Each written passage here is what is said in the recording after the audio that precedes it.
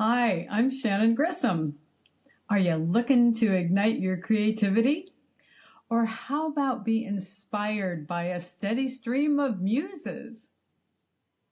Welcome to Painterly Life, the podcast that celebrates those who create, inspire, and innovate. So whether you're looking to spark your next big idea, reignite your passion, or simply soak in some creative energy, this is the place for you. Painterly Life, where every guest is a new muse just for you.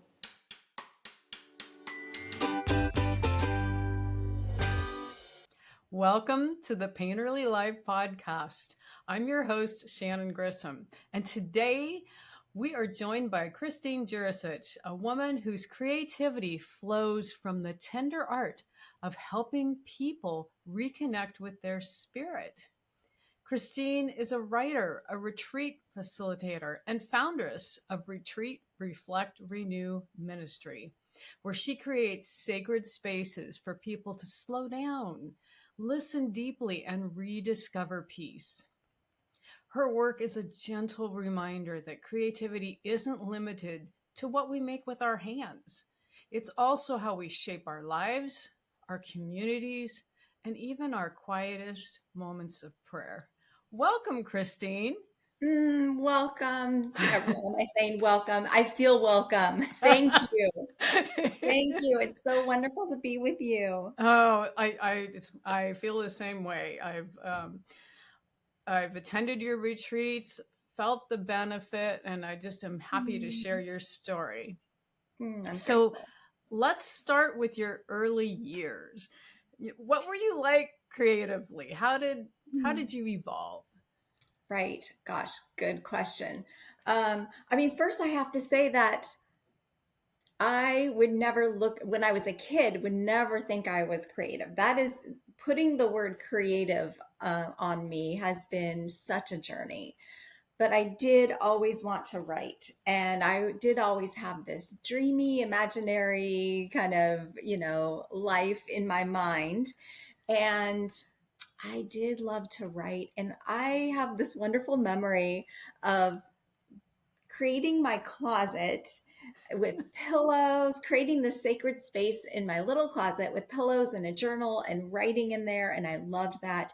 And I love that because today I have a similar kind of situation. It's like a closet and that's where I journal and write and create and pray. And so creating those sacred spaces in a creative way, I never would label it that. Took a long time to label it that way. I guess it happened from the beginning. It did. So were you encouraged early on? Did you have mentors, your family? I did have a supportive family that supported my writing, absolutely. And then that really encouraged me to pursue that in my career. My first career was as a journalist. I was a TV reporter and an anchor for 10 years. That was my dream world, my dream job. And I loved writing. I still wouldn't have called myself creative. I would have just called myself a writer and or a journalist. And that I loved asking questions and storytelling and that sort of thing. But it wasn't really until later on that I connected that with the creativity. Did you have any experience as a child early on that was kind of foreshadowing of where you are today? Oh gosh. I think really that sacred space, always wanting those sacred spaces to create, wanting to um, bring in people to do that. I liked to write plays. I remember writing a play for my sister and I and our neighbors. That was so fun to do.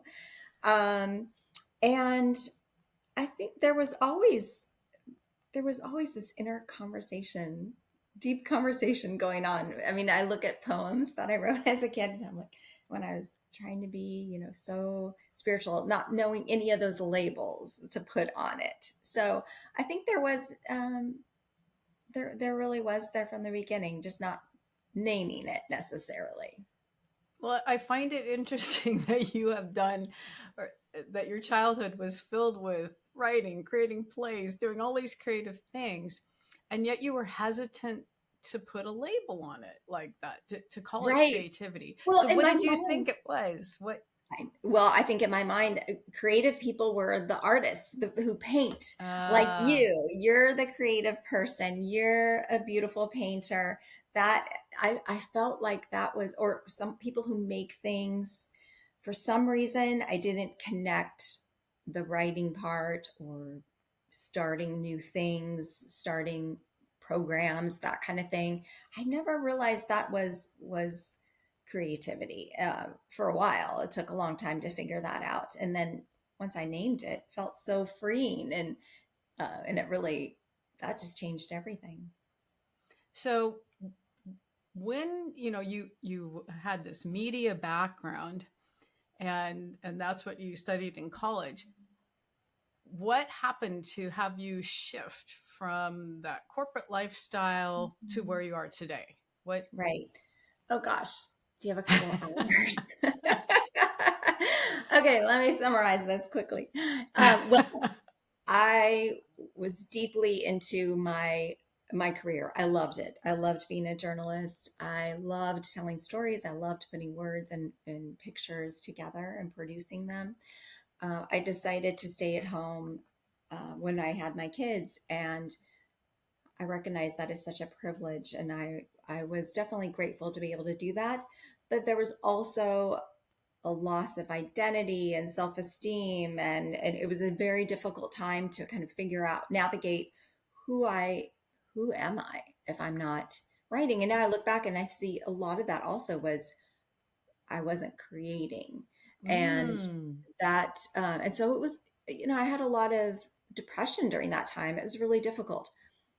I found a spiritual growth ministry that really awakened and changed my life. It put together spirituality, psychology, self esteem, self acceptance, and really looking at your gifts and call to serve. And that just awoke something really big in me and really just changed the trajectory of my life. And then I became very involved in that ministry, and then became a leader and worked in it, and then slowly felt called to write my book. So that really, that was really the shift into getting into something else. I felt like, okay, I love writing. This is really, but I love getting in touch with the spirit and helping create that space for other people to do that too. So tell us about, as far as creating space, that's what your book does. I think that kind of Mhm. kickstarted it for me. So tell us about Retreat, Reflect, Renew, and how that evolved. And Yeah, I really love telling this story to people who are wanting to write or wanting to be creative and don't know where to start. So many people say that they have a book inside of them, and they're not really sure what to do. So I felt, I was busy in the ministry I was working in. I felt like I had something else to create and I didn't know what it was. And it got me to a place where like I literally felt it, but I didn't know what to do about it. All the different methods I had been used to using to discern where I was called weren't working. So I made a discipline that every single day I would write, just have a certain amount of scheduled time. And I mean, it was free to be anything that it was. And maybe it was 1 minute of breathing and writing one sentence, if that was all I had time for that day. Another day, maybe it was 20 minutes of going deep into dreams and desires and wishes and all of those kinds of things. And so, but it was a discipline.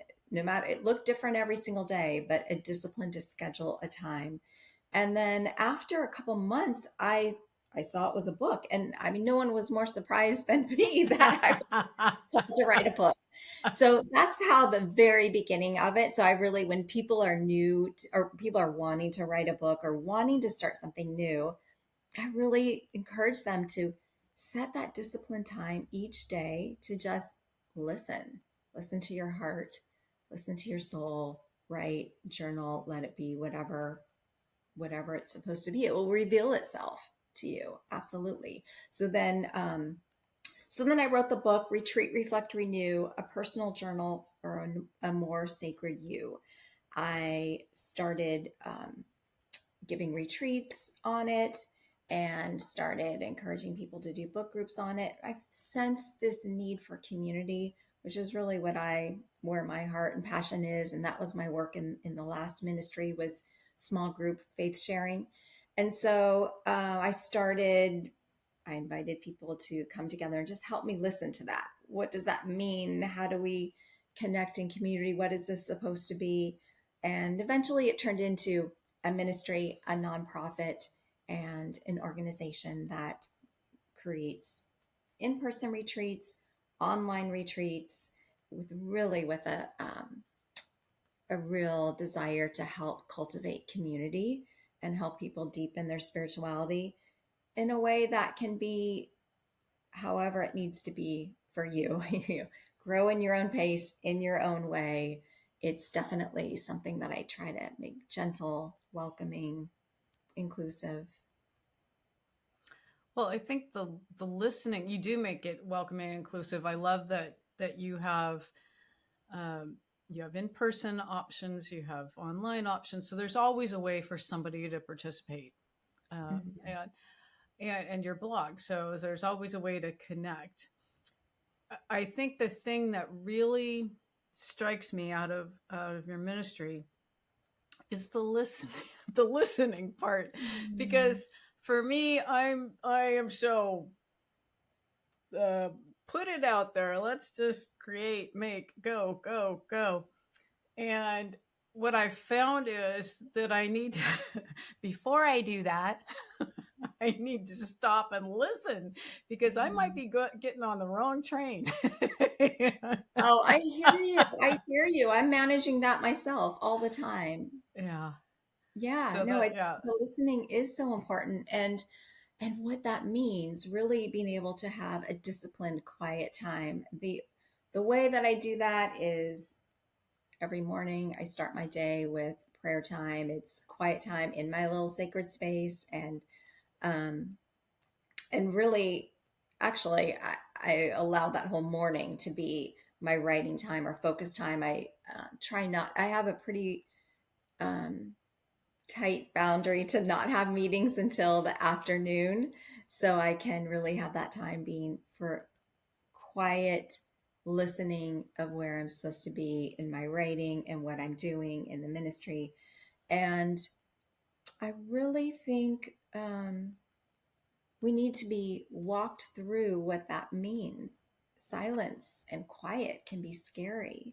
And that's a real thing that we really try to walk people in. We're doing a retreat right now, listening for the still voice of God, and really helping people just get used to silence a little bit, get used to pausing, get used to the quiet, and notice what's happening around them. And I think that is opening up a space for the creativity to take place. I mean, Yes. in my belief, creativity is a gift from God. And when I use the word God, I use that with this openness and awareness that your listeners will be using the word that makes sense to them, Hmm. that defines their um, infinite being, their sense of otherness and oneness beyond themselves.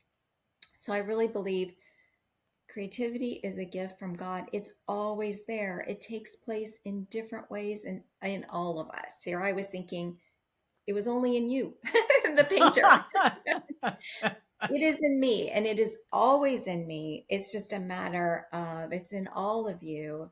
It's just a matter of allowing that to take place, having quiet time, working on self awareness, noticing what is getting in the way of where you are supposed to create something, write something, start something. And creating might be, starting a difficult conversation in a creative way that you need to have in a relationship that you have. So that creativity takes on so many different ways, but it's always there. what can we do to remove all the stuff, all of our needs and expectations and fears and ego. And ego's not bad. It's something to just know about and be aware of what gets in the way of just really listening. It's always there. It is always there. Yeah. Well, I like how you hold your space sacred and your time sacred for creativity, for Mm-hmm. listening. And I know that when I don't do that, that's when I get stressed and I'm in trouble. Yeah, me And too. and I just have to stop and like, wait a minute, I'm running amok. Yeah, I mean, it's like an everyday practice to Yeah. really, there are so many distractions in the world and so many distractions in our head. So, in my head. So, yeah, it's an everyday discipline. Yeah. Absolutely.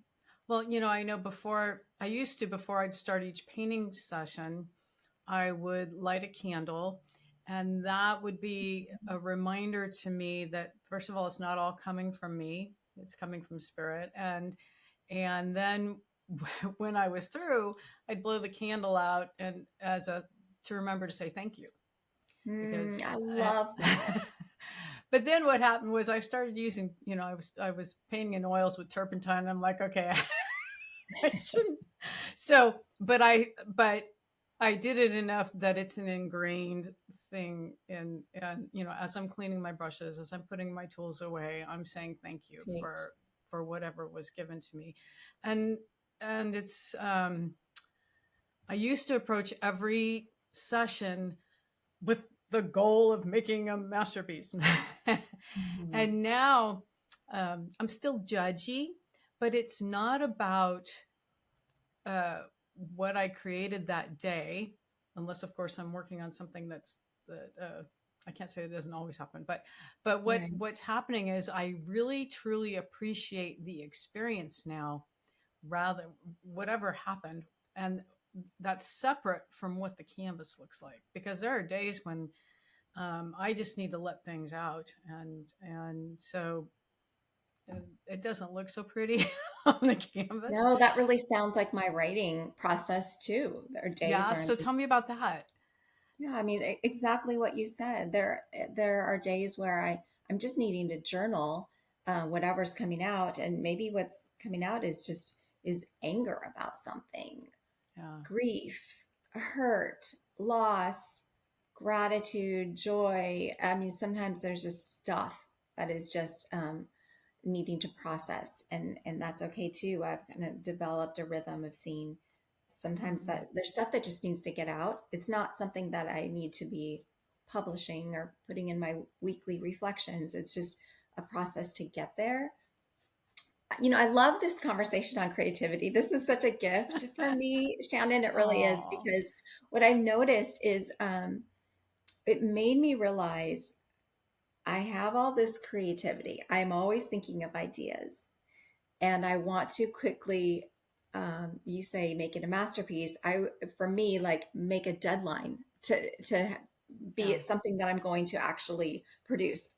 There's a retreat I'm thinking about right now that I may create, and then the second I put a deadline on it, then there's kind of the pressure. Some of the creativity um, can kind of go away, diminish a little bit, because then I'm doing the whole like, okay, it has to be this and it has to be done by this. And the reality is there are deadlines, absolutely.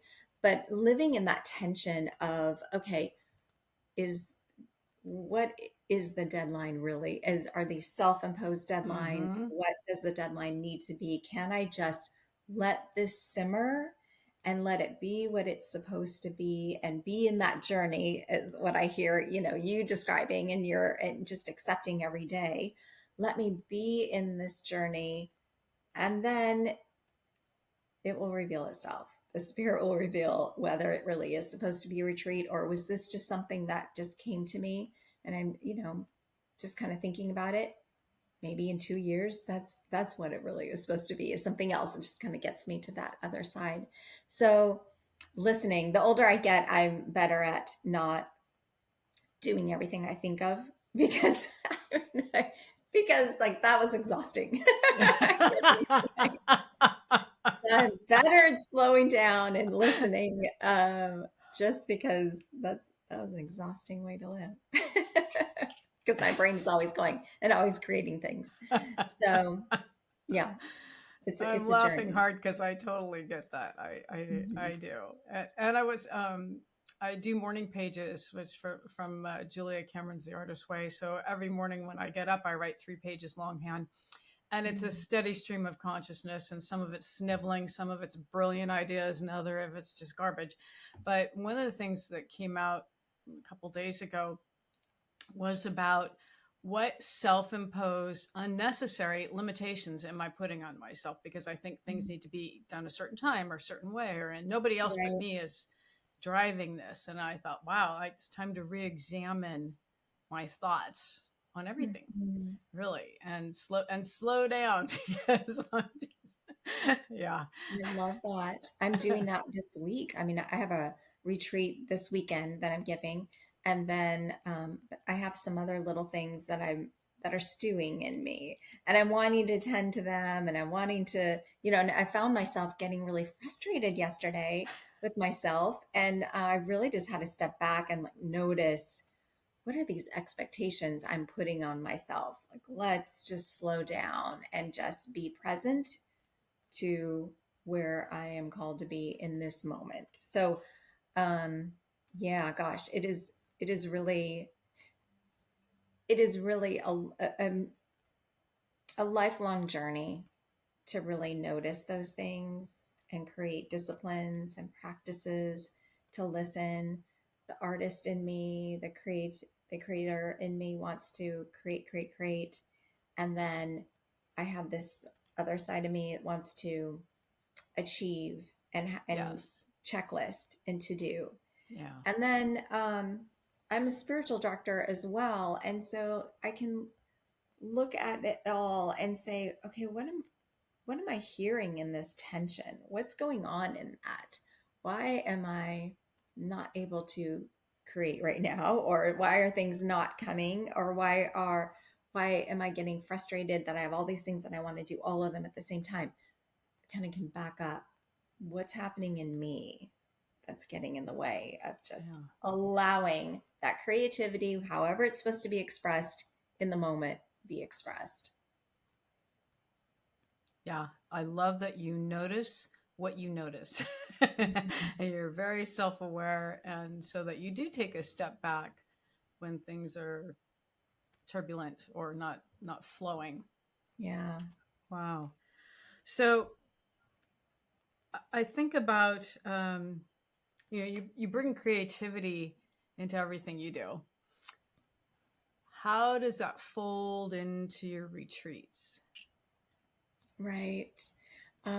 Well, the way I answer that would be kind of going back to what I said. I feel like creativity is a gift from God. And so as long as I create the space for me to allow that to happen, it does just happen. Um, I several weeks I work on these retreats, and well, longer than weeks. I've been working on them for years. I have a cycle, a 3-year cycle of 6 retreats that we do every fall and spring, online and in person. And every year, them developing, redeveloping, adding, changing. And so, creating the quiet space to be able to just listen to what I want to write, listen to the prayer practices. I really like inviting people to different spiritual practices. So sometimes that will mean movement with a song. Sometimes that will mean, just I have crayons and paper on the table and just drawing, without coloring, whatever comes to mind based on that concept that we are talking about in the moment. Um, movement, art, music, nature, walking outside, noticing what's outside, how that speaks to you. And so I like to try different spiritual practices myself, creating a quiet space to just listen to see what would work best in this situation. And then being in the retreat and listening to see like who's here today, what am I seeing is needed today? I'll, change things up depending on where the energy is in the moment. Wow. Well, you've done this all on a relatively small budget. So tell me how your creativity works with that, because you've Right, accomplished so much with right, right. I love inviting people to be a part of ministry, to be a part of community. And so that has definitely been an act of creativity, is running a ministry. This part of me of executive director, owning that role and seeing like, okay, this is now, you know, bigger than me, and seeing how to create a leadership team to do that. I love finding people and seeing their gifts and asking them to share with with the ministry. And so we have a lot of volunteers. We have and we have a team of paid people with a small amount of hours, and somehow to make it all work, and just a beautiful team to work together. But all of that has really been listening to others, getting advice from others, people who've come in and really helped form a leadership team, how that process should be, and see all of that. My creativity comes in noticing noticing the gifts that people have and seeing how we can all work together to use them. Um, but really, that is not something I've done all by myself. That is really an area that I've just needed lots of help and advice, and people coming in and showing us how to make it work. it's very, very collaborative Yes. experience. Yes, I like to work with people. But for a lot of years, it was me writing by myself and creating a lot of things by myself. And I'm an introvert, so a lot of that I loved, and a lot of that I'm called to. I have to have that. Have Mm-hmm. to. We're just talking about that. But I need to be with people also. I learn a lot from that. I get energy from that. And so sharing in that together it's such a gift. I'm so grateful for it. So, have you ever, through all this time, had a particular challenging time and it was hard to get back into your spiritual creative mode? Hmm. Absolutely. There are always, I can't think of one specific time. There are always times woven into every month, probably, or, years. Mm-hmm. Some years are harder than have been harder to others, when as there was a point where I was creating, and then it was chaos. It was, we have an administrative assistant, and she's an angel, and it was between the two of us kind of crazy. And so, um, trying to understand having to put a lot of time into the business part, executive director, that was that's been probably the hardest, because that drains a lot of my creative time. Mm-hmm. But what I do again is step back and just notice, where does my energy need to be right now? And so Okay. really just trying to be okay with that. I'm not saying I'm always okay with it, um, but noticing, where am I called? This is a moment where I'm not called to create new material, a new retreat. This is a time where I'm called to use my creativity. It may not feel like creativity, because it may not feel good to me. Like it was a lot to. I was writing out checklists and just writing down all the things I did to try to create this team, and really having to just notice, why am I here in this moment? What's going on? Is this where I'm supposed to be? And just be in it, and just be in it. It's not sometimes, there are sometimes you need to take action to get out of it, but sometimes it's a matter of, this is probably where I'm supposed to be right now. lean into it and be with it and see what I can learn from it. And without me noticing, there's creativity, ideas, and understanding, empathy, things that are developing for another time that are really helpful. So it sounds like honoring the flow really helps facilitate everything else. Honoring and just Right, letting it happen, letting it be, and working right. with it rather than bucking it. Like right now, I just finished an intense commission that I was working really hard on for over a month, and so then I have ideas for other paintings that I want to start after that, but some music keeps popping, and it's Mm, like niggling. You cannot not do this.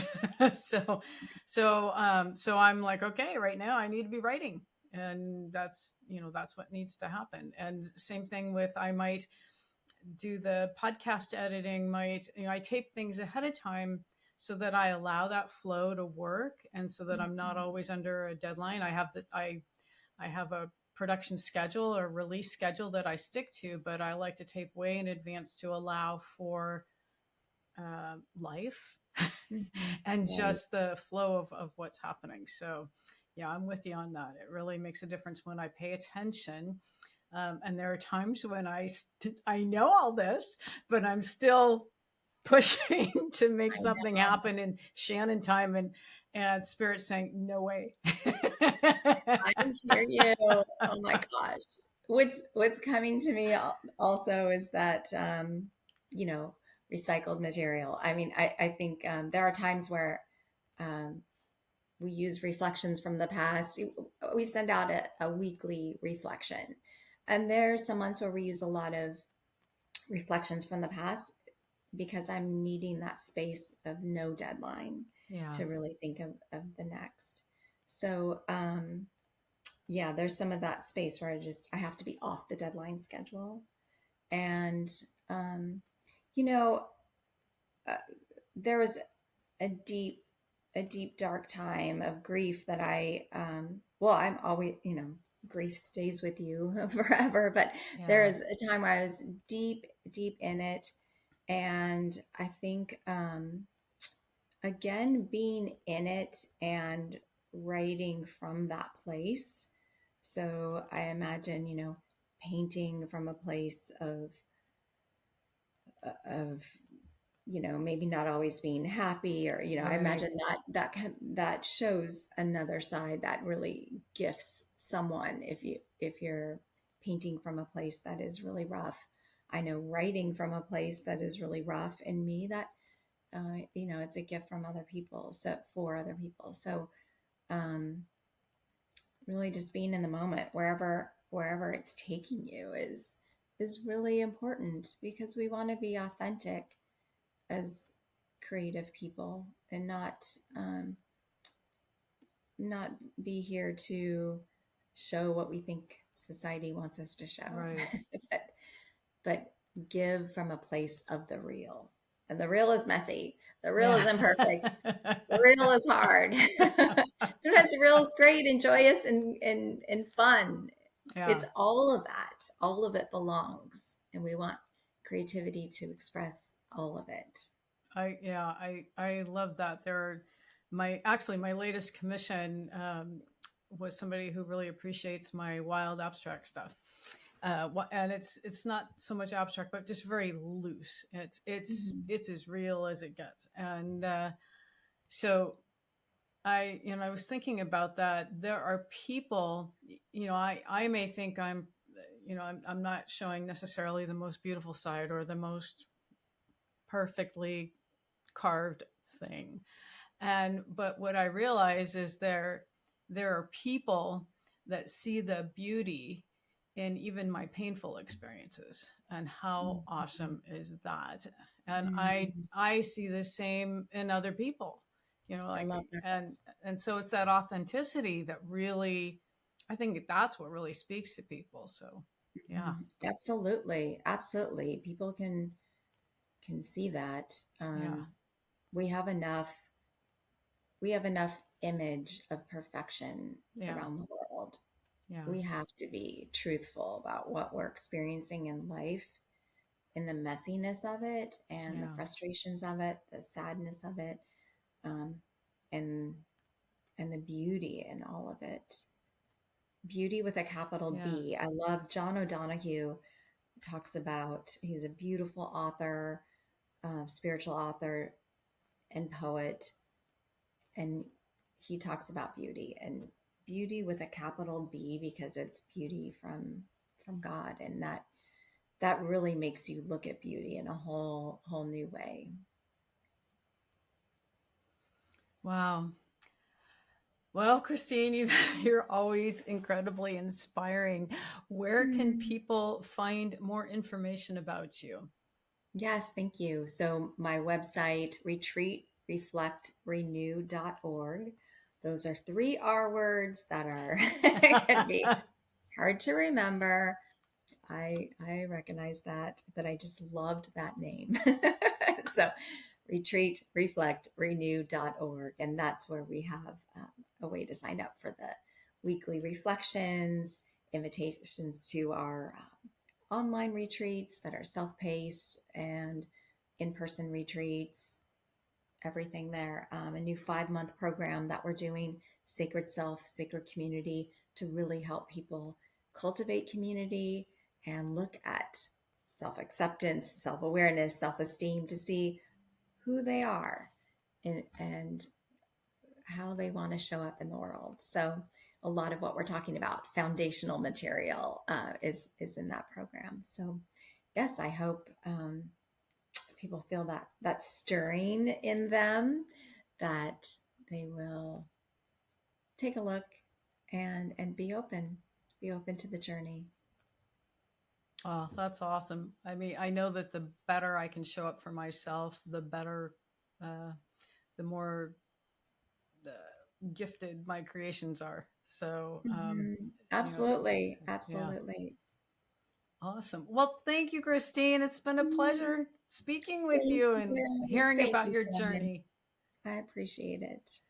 Well, thanks everybody for hanging out with us. Please be sure to like, subscribe, and share so that I can make more inspiring episodes for you.